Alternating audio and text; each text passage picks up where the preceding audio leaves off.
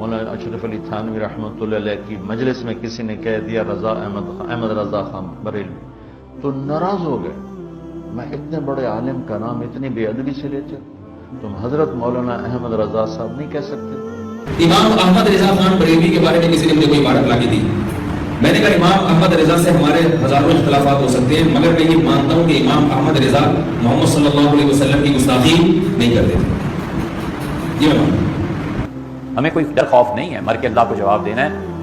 احمد رضا خان صاحب کے فتاوا جو ہے نا 34 جلدوں میں تقریباً اب چھپے، پڑھو پھر بات کرو، یعنی اس جا کے لائبریری میں دیکھ لو، ہم نے کتنی راتیں کھپا کے اس کا مطالعہ کیا ہے، اور جو چیزیں اہم نظر آئی ہیں اس کی اپنی ایک فہرست ہم نے اپنے قلم سے لکھی ہے۔ 34 جلدیں پڑھنا کوئی معمولی بات،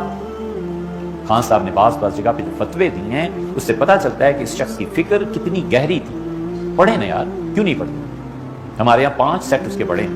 یہ جتنے فتوے کا کام یہاں کرتے ہیں ہم نے سب سے کہا کہ اسے پڑھو، اور کئی جلدیں یہ پڑھ بھی چکے ہیں، میں نے کہا اس سے تعصب سے ہٹو، اس ذہن کو کھولو۔ اگر آپ عقیدے کی بات کریں، خان صاحب کی بات تھوڑی سی رہ گئی، احمد رضا خان صاحب کے فتاوا نکالیں، اور اس زمانے میں جس بھی مکتبہ فکر کے جتنے مفتی تھے وہ اپنے 100 سال کے بزرگوں کے فتاوا جمع کریں تو اتنے نہیں بنتے جتنے اکیلے شخص سے فتاوا۔ خدا کو جواب دینا ہے یا بس اتنی بات ہے، مرنا ہے کہ نہیں؟ سوچ سمجھ کے رائے دینی چاہیے۔ خان صاحب نے جتنا کچھ لکھا ہے کسی بھی فرقے اور طبقے کے سارے مل کے 100 سال میں لے آئیں کہ ہمارے بزرگوں نے اتنی جلدیں 5 6 شخصیات کے فتاوا اس کے مقابلے میں کچھ نہیں۔ میں اس دفعہ ابھی عمرے پہ گیا،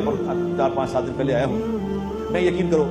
میں نے روضہ مبارک پہ کھڑے ہو کے درود پڑھا، میں نے روضے پہ کھڑے ہو کے درود پڑھا، کتنا درود پڑھتا ہوں میں، کتنی دفعہ پڑھا ہے، کتنی دفعہ سلام کیا ہے، اللہ مجھے کئی دفعہ لے گیا اپنے فضل سے۔ اس دفعہ میں نے درود پڑھا، مصطفیٰ جان رحمت پہ لاکھ السلام، شمع بزم ہدایت پہ لاکھ السلام، وہ سہانی گھڑی جس سہانی گھڑی چمکا طیبہ کا چاند، اس دل افروز ساتھ پہ لاکھ السلام۔ میں نے جو وہاں کھڑا ہو کے یہ درود پڑھا، خدا کی قسم جو میری کیفیت بنی کبھی نہیں بنی ایسی کیفیت جو مجھے پڑی، میں نے وہاں کھڑا ہو کے دعا مانگی، یا اللہ جس نے یہ سلام لکھا ہے، مولانا